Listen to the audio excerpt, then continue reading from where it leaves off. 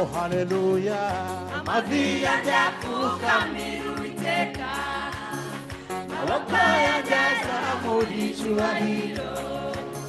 umutima wanjye uhimbaza Uwiteka umunwa ntawuri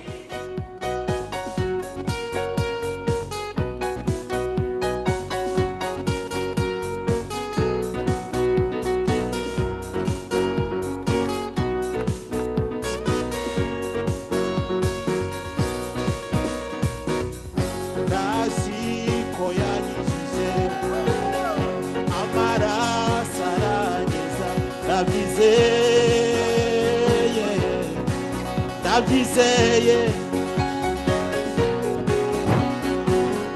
yankuyeho imitwaro maze aranduhura nabyizeye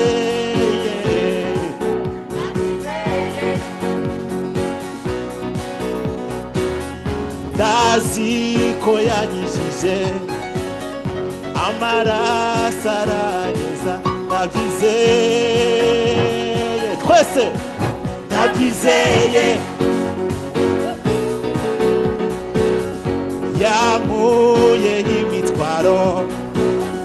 maze aranduhura nabyizeye twese nabyizeye niba ubyize uvuge ngo yego ndabyizeye ndazi ko yanyijije amaraso aranyeza nabyizeye twese nabyizeye yankuyeho imitwaro maze aranduhura nabyizeye nabyizeye zamuye ibendera ohoho yanesheje urupfu mucunguzi wanjye mwiriwe neza nitwa Anita Nzamukosha ndashima Imana kuri uyu munsi ndashima Imana ko ndi kuvuga ku mirimo Imana yagiye dukorera mu rugendo rwa korali ndi umuririmbyi wo muri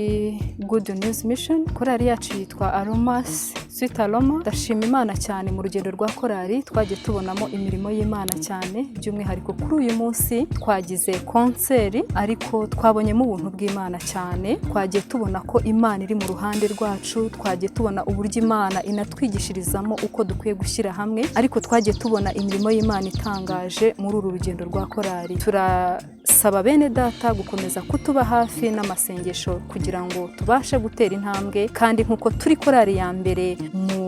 mu itorero ryacu turasaba Imana inkunga na bene data kugira ngo bakomeze kubana natwe no kudushyigikira muri uru rugendo Imana ibaha umugisha cyane murakoze. Nitwa Sibomana Dieudonné ndi umwe mu bagize itsinda rya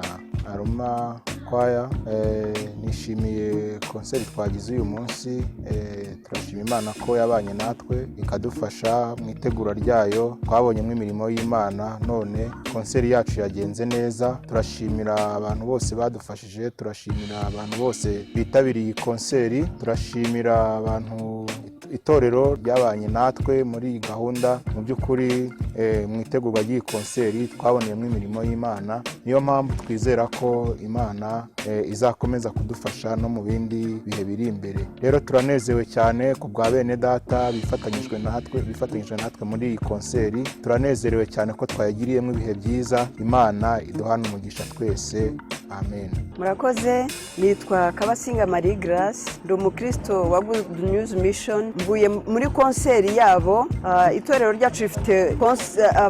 abaririmbyi bitwa Sweet Aroma aribyo kuvuga impumuro nziza ya Kristo. Muri iyi konseri nungukiyemo ibintu byinshi by'ingirakamaro nungukiyemo ibwirizwa butumwa ridasanzwe nungukiyemo ikiruhuko nungukiyemo ibyishimo byinshi dukuye mu ijambo ry'Imana kandi pe turifuza ko iyi korali yacu itera imbere kuko duhagaze mu isezerano y'uko ari izaba korali ya mbere mu isi. rero turashima cyane abantu bose bifuza kuzafatanya natwe kugira ngo korali yacu itere imbere kandi u Rwanda rwose rwunguke ubutumwa bwiza. Turabashimiye, twishimiye abifatanyije natwe mwese, tubararikiye kuzongera kwifatanya natwe no mu bindi bihe, kandi turi inyuma y'iyi korali yacu kugeza igihe izagera ku rwego rushimishije. Imana iduhana umugisha. Nitwa Uwajejo Pelagia, ndi umukristo wo muri Good News Mission. Uyu munsi kuri tariki ya 4 habaye konseri ya korali Mpumuro Nziza. Nishimiye cyane rero iyo konseri kuko hari byankoze ku mutima. Nabonye ko muri konseri abantu baruhuka mu mutima, muri konseri indirimbo z'abaririmbyi abantu baranezerwa bakagubwa neza, kandi nahungukiye byinshi no kubw'amagambo y'Imana twagishijwe n'abasanzwe na pasiteri watubwirije. Nishimye rero ngewe ndashima Imana kubwa konseri. Icyifuzo mfite nuko yakomera igatera imbere ikazagera no mu rwego ruhambaye cyane. Murakoze.